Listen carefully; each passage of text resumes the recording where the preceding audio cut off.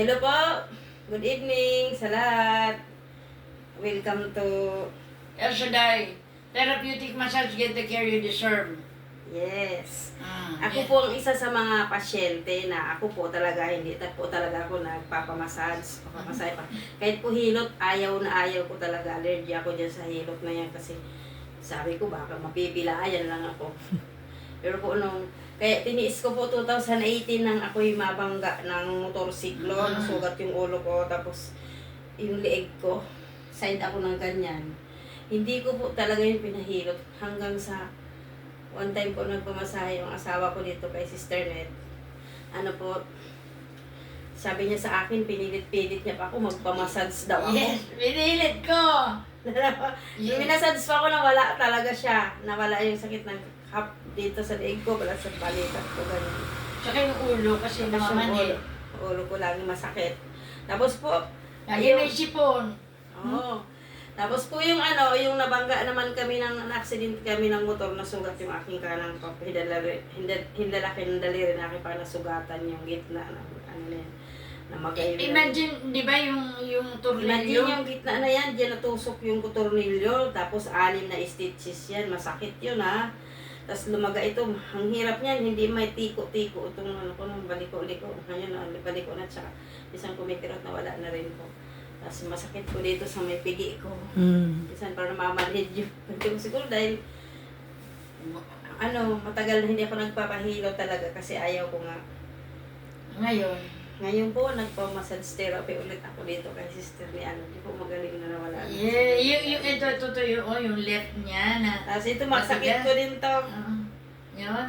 Kasi Ayan. siguro, masyadong masipag kasi. Masyadong masipag, workaholic. Kaya tingnan mo naman, gumaan siya, no? Opo, nawala yung sakit niya dito. kanina. Paghipo ko, puro bilog-bilog, di ba? Oh. Pag ginanong ko pa lang. Bilog na. Maghapon-hapon po kasi yung bag ko. Halimbawa, alis ako ng bahay ng alas 5, alas 4 ng madaling araw. Uuwi ako minsan alas 7 ng gabi, alas 8. Maghapon po yung bag ko. Kung ilang kilo yung laman ng bag ko, yun din ang dito sa kanan na to. Lagi itong masakit talaga, sa totoo lang po, malaki sakit ko na lagi. Kaya pagdating ko ng bahay, ganun-ganunin ko lang, ganyan, okay. Iba pa na pag na-therapy. Talaga. Kasi Gumagaan ang pakiramdam sa nare-relax at saka gumaganda, good blood circulation, no? Amen. Pati yung mga klag-klag, di ba? Wala, opo. Mga barang. Opo. At saka nagpapa-flawless pati para gumaganda. O, di ba? Nakikita mo naman. Yung mga nakikita siya talagang beautiful. Yes.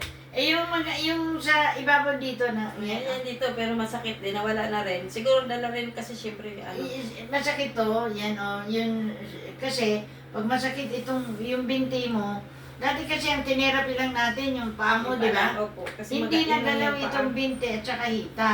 Kaya, umakyat, nasa balakang na.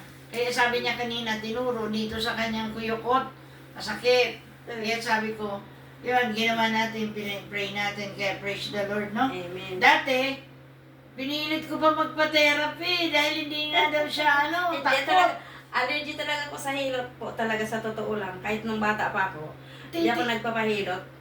Titiisin mo yung na-accidente, titiisin mo yung yung ulo niya, tsaka yung leeg niya, lagi siya may sipon. Kaya may kwento nga yan, ang sumalangit ang kaluluwa ng nanay ko, na istorya niya. Dahil nung araw daw, bata, siyempre nahuhulog, di ba, kung saan ka nag-akyat-akyat. Dahil takot daw ako magpahilot nung maliit pa talaga ako. Ang ginawa niya, mayroon nagkatay ng sawa. Alam yung sawa, yung mahahasong laki. Ang ginawa niya, naghingi siya ng karne, pinakain ako kasi takot daw ako magpahilot. Kaya yung daw yung kumakain ng sawa, sabi lang ng matatanda, hindi daw Lumalakad. pilayin, hindi daw madali mapilay, Ganon. sabi nila. Kaya nakakain ka ng sawa. Yung karne ng sawa.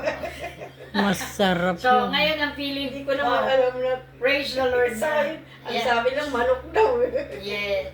Pero, brothers and sisters, guys, siya po ay lingkod ni Yahweh El Shaddai. Siya po ay member ng Liturgical. El Shaddai Liturgical Ministry. Yes.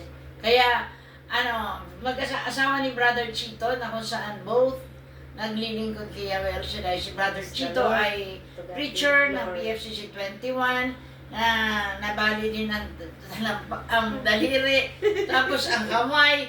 Naku, sabi ikas, hindi rin nakas. Ngayon sa awa ng Panginoon, yun na therapy. So, to God be the glory, no? Amen, Kaya amen, praise amen. God. At Sa manalangin- Diyos, ang lahat ng papuri kaya Amen. mo El Shaddai. Salamat Papuri sa natin. Diyos. Thank you po.